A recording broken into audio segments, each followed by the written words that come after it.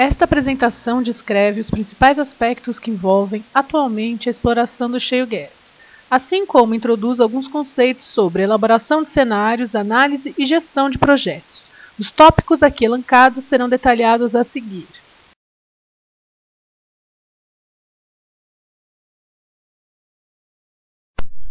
Shale gas refere-se ao gás natural encontrado em formações de folheiros. Folheiros são pedras sedimentares pouco porosas que podem ser ricas em petróleo e gás natural.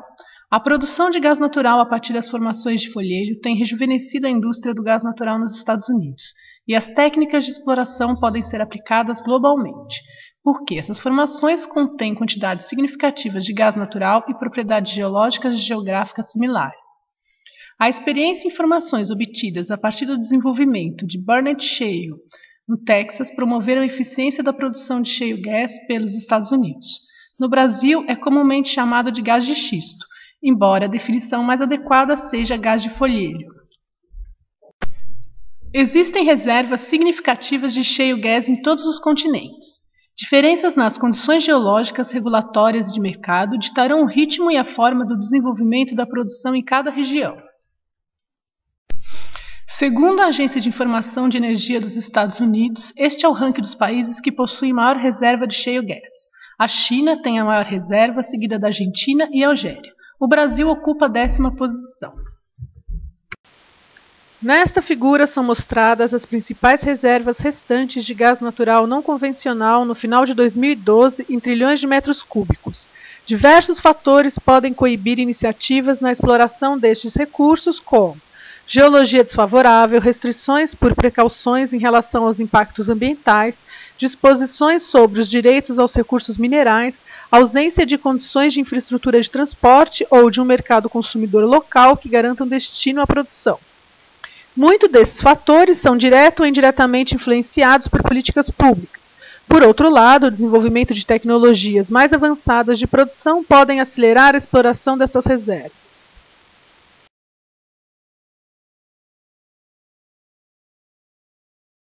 A muito discutida revolução do shale gas nos Estados Unidos certamente é parcialmente responsável pelo crescimento da produção de gás natural. Entre 2011 e 2040, as projeções da Agência de Informação da Energia dos Estados Unidos prevêem que a produção de shale gas americana deverá dobrar.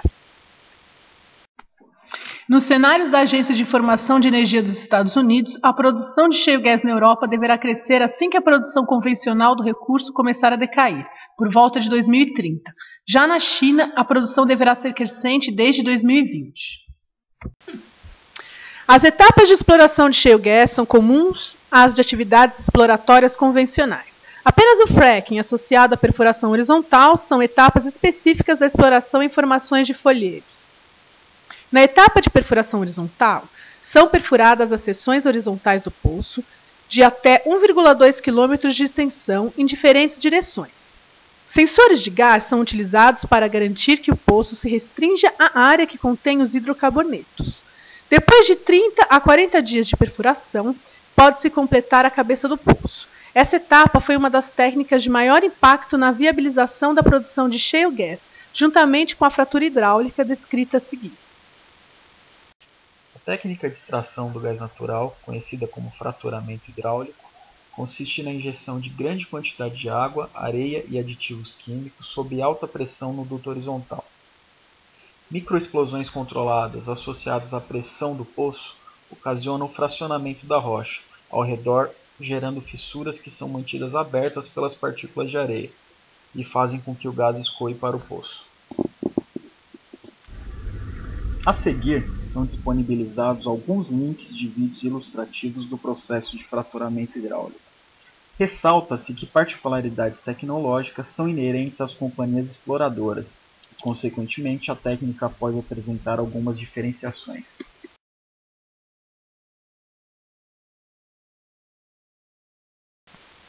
Os Estados Unidos são hoje a região de maior avanço na exploração, no desenvolvimento e na produção de shale gas. As técnicas de exploração são conhecidas por décadas, mas a combinação das técnicas de perfuração horizontal com fraturamento hidráulico promoveram o acesso a grandes volumes de gás que antes eram improdutivos do ponto de vista econômico. Estas técnicas combinadas permitem ao produtor extrair economicamente o gás natural de formações de folheiros. Qualquer mudança adversa na regulação ambiental que impacte as favoráveis condições de operação nos Estados Unidos podem alterar o futuro da produção de shale gas. A possibilidade deste quadro está intimamente ligada à maneira como a indústria de gás natural lida com a preocupação pública com os impactos ambientais associados à produção de shale gas, principalmente ao fraturamento hidráulico. A princípio, estes impactos podem ser gerenciáveis, mas a indústria deve ser vigilante. A produção do shale gas pode gerar significantes quantidades de poluição, o que pode vir a impactar a qualidade do ar nas áreas produtivas. Os principais poluentes são os chamados compostos orgânicos voláteis, associados à emissão de gás natural, que escapa do poço diretamente para a atmosfera. Há também a emissão de benzena e polisílica, os quais se enquadram na classe dos Hazardous Air Pollutants.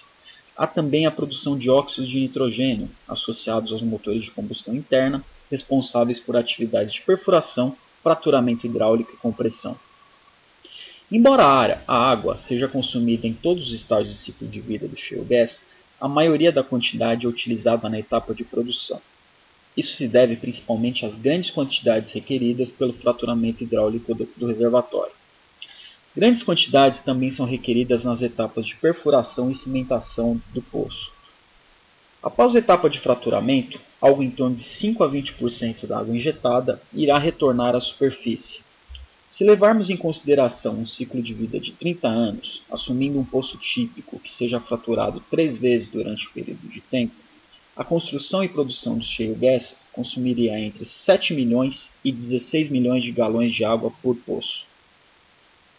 Para formações profundas, a contaminação do lençol freático pode ocorrer devido a problemas na construção do poço. Quando a região anular entre o revestimento do poço e a geologia circundante não é devidamente selada durante a construção, metano pode migrar e se dissolver na água do lençol freático. Outra fonte de contaminação reside na presença dos aditivos no fluido de fraturamento, que se encontram na água que retorna à superfície, representando perigos à saúde humana.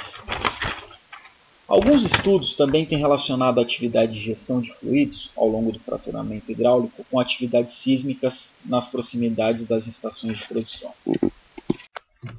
O vídeo no link mostra como pode ocorrer a contaminação dos lençóis freáticos através da utilização do fraturamento hidráulico.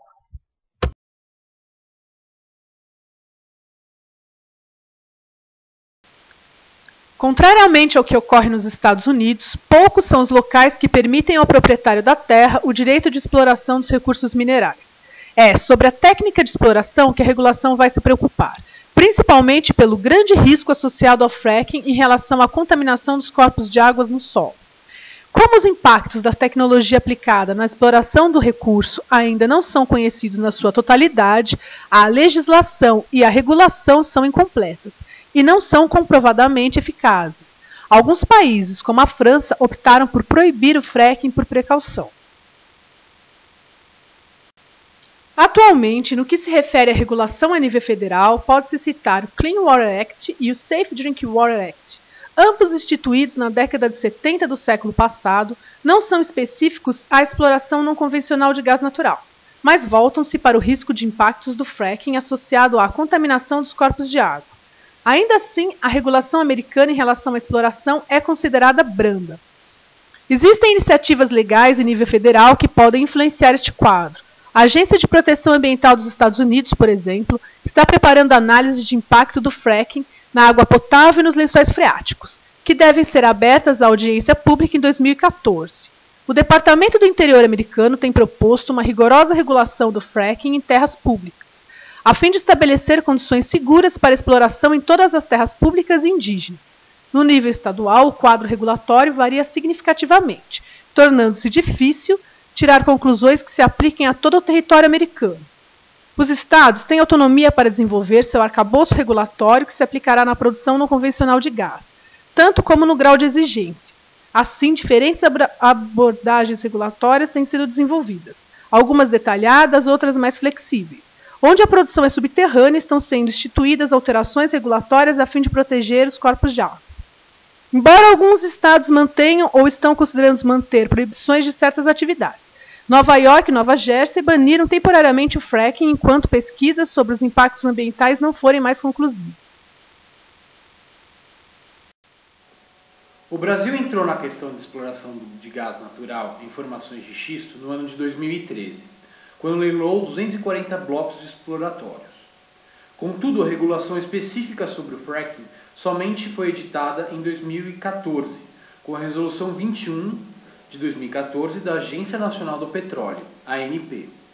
A referida resolução é eminentemente técnica, que visa limitar e controlar a atuação do explorador a fim de evitar ou minimizar ao máximo as consequências do fracking. Importante ressaltar que o explorador, além das regras técnicas a serem observadas contidas na resolução em questão, deve realizar o licenciamento ambiental, no qual o órgão licenciador pode fazer exigências específicas ao caso, além das previstas na Resolução 21 da ANP. Em 2013, o Brasil realizou um leilão onde 230 blocos de exploração não convencional de gás natural foram disponibilizados. Contudo, a regulação específica sobre fracking somente foi editada em 2014 com a Resolução 21 da Agência Nacional de Petróleo, ANP. A referida resolução é eminentemente técnica, visando limitar e controlar a atuação do explorador a fim de evitar ou minimizar ao máximo as possíveis consequências do fracking.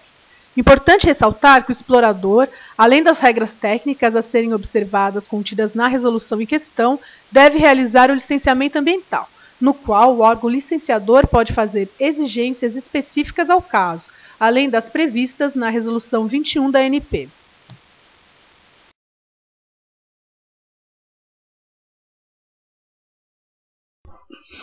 Com relação ao custo de produção de shale gas, cabe ressaltar que os poços apresentam taxa de declínio muito acelerada, 63% a 85% no primeiro ano de produção, exigindo um esforço exploratório elevado e contínuo em novos poços para manter ou ampliar a produção, o que é um aspecto negativo em relação à produção convencional.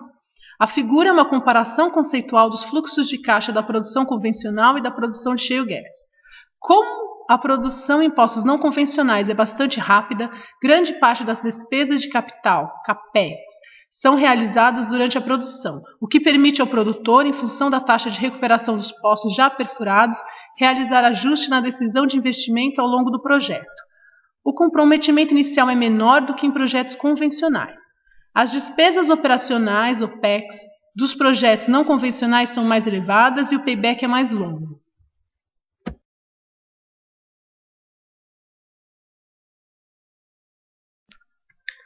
A árvore de decisões é uma ferramenta de gestão que consiste em um modelo indutivo que representa, de maneira gráfica, as sequências de decisões e acontecimentos que envolvem a solução de determinado problema.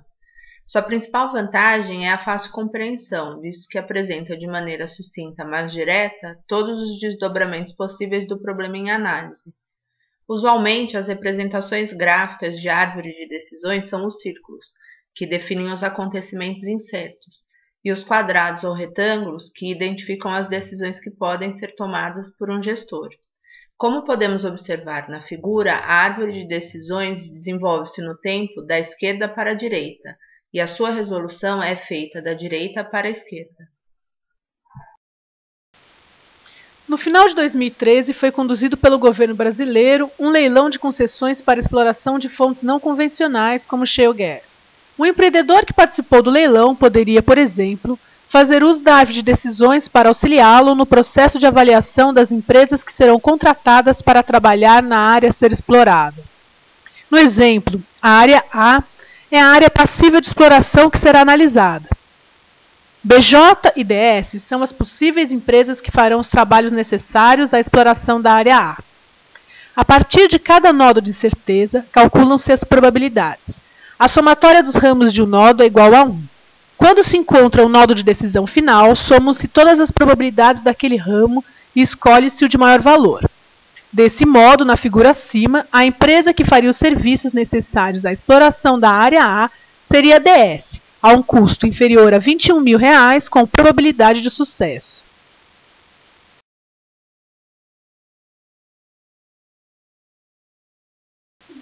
A análise SWOT foi uma técnica acreditada a Albert Humphrey, que liderou um projeto de pesquisa na Universidade de Stanford nas décadas de 1960 e 1970, usando dados da revista Fortune das 500 maiores corporações.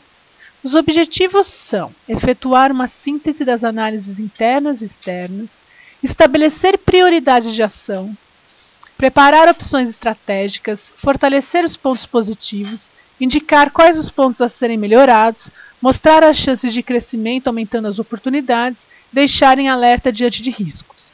Existe um software que realiza gratuitamente uma análise SWOT, como pode ser encontrado no site da Wikwiz. Os recursos colaborativos são avaliados os pontos fortes, fracos, oportunidades e ameaças de investimento, estratégia e produtos. Em uma análise SWOT para o desenvolvimento da produção de shale gas no Brasil, foram levantados os seguintes aspectos: forças, disponibilidade de uma grande oferta de gás para acelerar o desenvolvimento, a competitividade da indústria nacional e atender à demanda crescente de energia, possibilidade de atrair parceiros estrangeiros para aproveitar as experiências internacionais, criação de projetos de grande vida útil que podem desenvolver polos industriais, disponibilidade de oferta em regiões centrais do Brasil.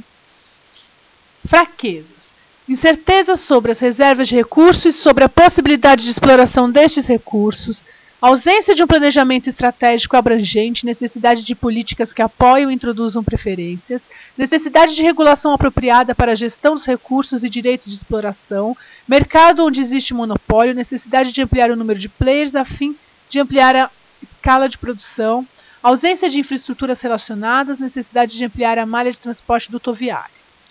Oportunidades.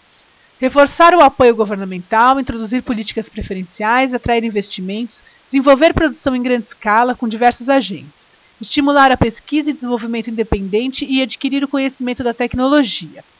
Ameaças.